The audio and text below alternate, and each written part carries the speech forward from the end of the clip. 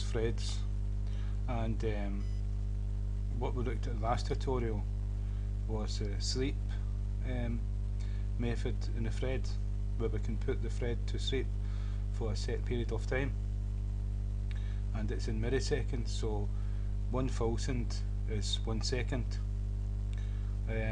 What we're going to look at is the priority. Every thread has its priority, and to get the priority there's a get method, and to set the priority there's a set method, and that's how you change the setting of the priority. There's also a min and max you can set, but I'm just going to show you this because Java is cross-platform. It depends on the operating system and how it behaves, and sometimes it doesn't have any effect at all. And it also depends if it is local, the thread is local or not, depending on whether it is going to have an effect on it.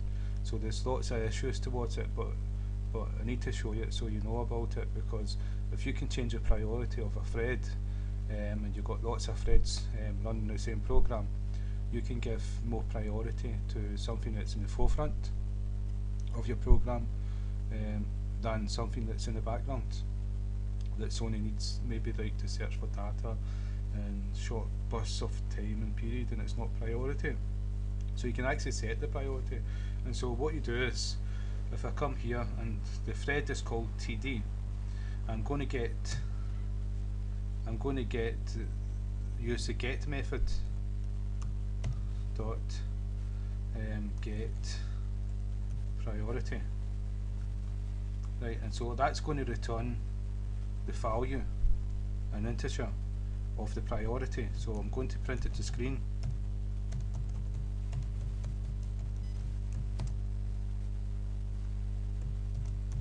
So it's going to print the value to screen, and so to do with this Windows operating system, the default one is 5. It goes from 0 to 10.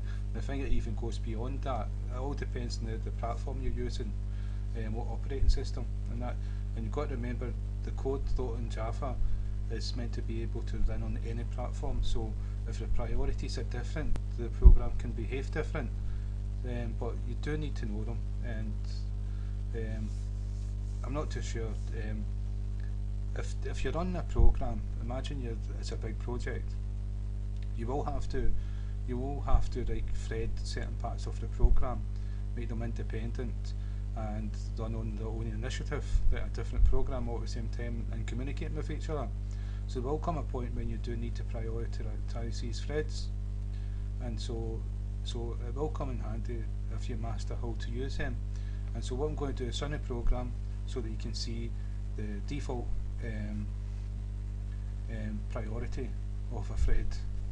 This is Windows, remember. So if I save, first I'll save and then run the program. So 5 is the default. So if I stop, and what I can do now is 5 is the default, and what I'm going to do is, before we print out the priority of this thread, I'm going to it. So it's TD, what we call the thread, set priority, and we pass it a parameter, an argument, an integer, and the integer is going to be the priority we want. So if I change it to 7, and straight after it's going to print out the priority of this thread, and it should be changed to 7 rather than 5. So if I save,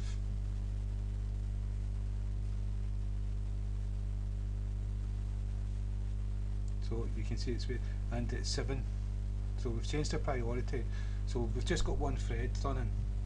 So you can imagine that if we had many, and one was doing a more important job, it needed access to things more often, we would give that a better priority. And if something that occasionally it needed to just write the score when a player finished a game to a file, then that would have a lower priority. It wouldn't need access all the time, and so you would be able to manipulate how your program's going to behave.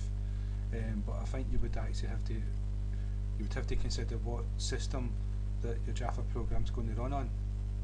And if it was going to run on a different platform, you would have to test it on that platform to make sure it's doing what it's supposed to do.